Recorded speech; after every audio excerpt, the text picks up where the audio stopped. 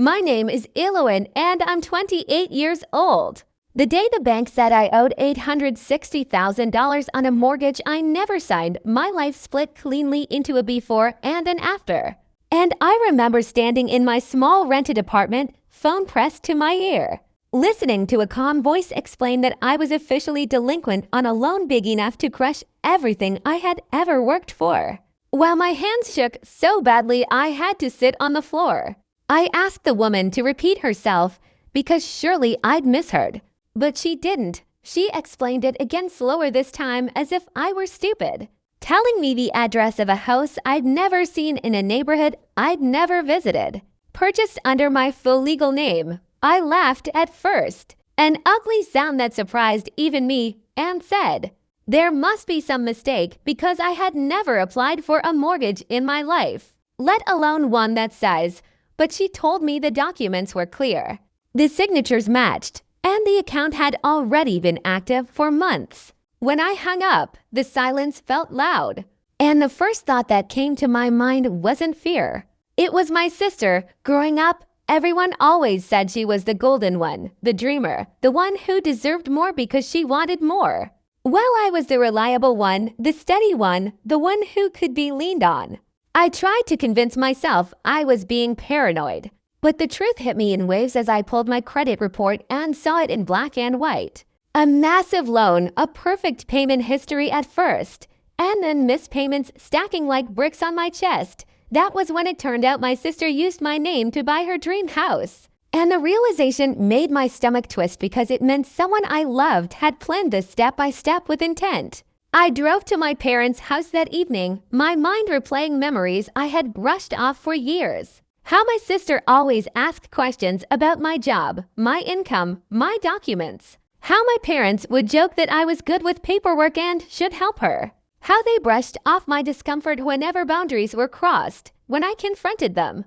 My sister cried instantly, saying she'd been desperate, that the bank wouldn't approve her loan, that she meant to refinance later and fix it.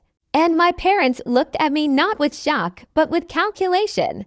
They asked me to calm down, told me I was overreacting, said family doesn't call the police on family. And then came the words that cut deeper than the debt itself. They asked me to make the payments for now because my credit was already involved and because it would ruin my sister's life if I didn't. I remember staring at them, realizing that in their story I was the inconvenience, not the victim. That night, I didn't sleep. I gathered everything. Emails, texts, signatures, timelines, and went to the police station with a knot in my throat, filing a report I never imagined I'd need against my own blood. Weeks passed in a blur of calls and letters. My parents alternating between guilt and anger. My sister switching between apologies and accusations until they invited me to a family dinner to talk it out. I almost didn't go, but something in me needed to see their faces when the truth could no longer be twisted. We sat around the table like nothing was wrong. Plates clinking, small talk floating over tensions so thick I could taste it. And as my mother asked me to pass the salt, I reached into my bag instead. At dinner, I slid the police report across the table, watching the color drain from my sister's face as the paper stopped in front of her. The words identity theft clear and undeniable. The room went silent, and in that moment, I understood this wasn't just about money or a house. It was about who they thought I was and who I was finally choosing to be. And the night was far from over. The silence after I slid the police report across the table felt heavier than the $860,000 debt ever had. And for a long moment, no one spoke. As my sister stared at the paper like it might disappear if she didn't blink. My father was the first to react. Pushing his chair back slightly, his voice died as he asked what I thought I was doing. And that was when something inside me finally snapped into clarity. I told them exactly what I was doing, protecting myself. Because the bank said I owed $860,000 on a mortgage I never signed. And no amount of family dinners or emotional pressure was going to change that reality. My sister broke down then, sobbing loudly, saying she never meant for it to go this far, that she just wanted a chance at a better life, that the house was her dream. And she thought I'd understand because I always handled things better. Hearing that hurt more than her confession, because it confirmed what I had suspected all along. They believed my stability existed to be exploited. My mother reached for my hand and asked me to think about the consequences. Not for me, but for my sister, reminding me how fragile she was. How the stress could ruin her marriage, her reputation, her future. And I pulled my hand away and asked them why my future had never mattered enough to protect.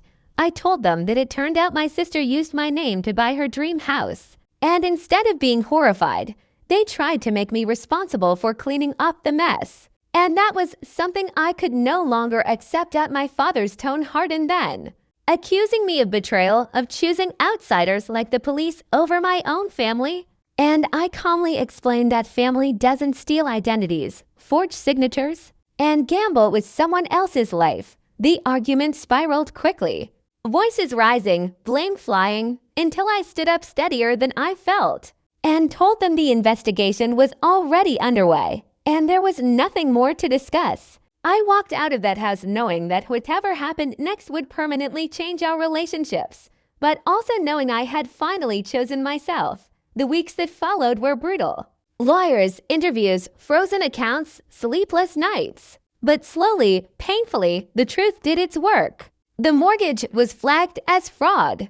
The debt removed from my record, and the house that had nearly destroyed me became evidence instead of leverage. My sister stopped calling when she realized tears wouldn't fix what she'd done. And my parents' messages shifted from anger to silence. A silence that hurt, but also confirmed I had made the right choice. One afternoon, I got the final confirmation letter from the bank stating I was no longer liable. And I sat on my floor again, just like that first day. Except this time, I cried in relief instead of terror. I didn't feel victorious or vengeful.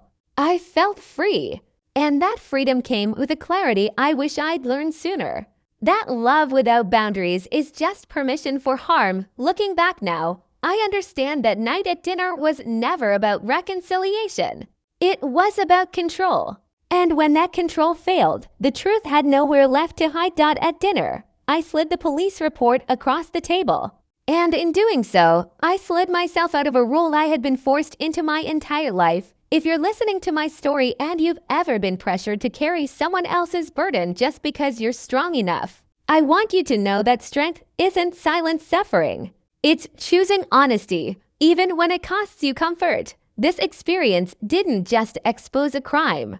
It exposed a pattern, and breaking it was the hardest, most necessary thing I've ever done. If stories like mine resonate with you, if you believe truth deserves a voice and accountability matters even when it's painful, then don't walk this road alone. Subscribe to the channel now because more real stories like this are coming.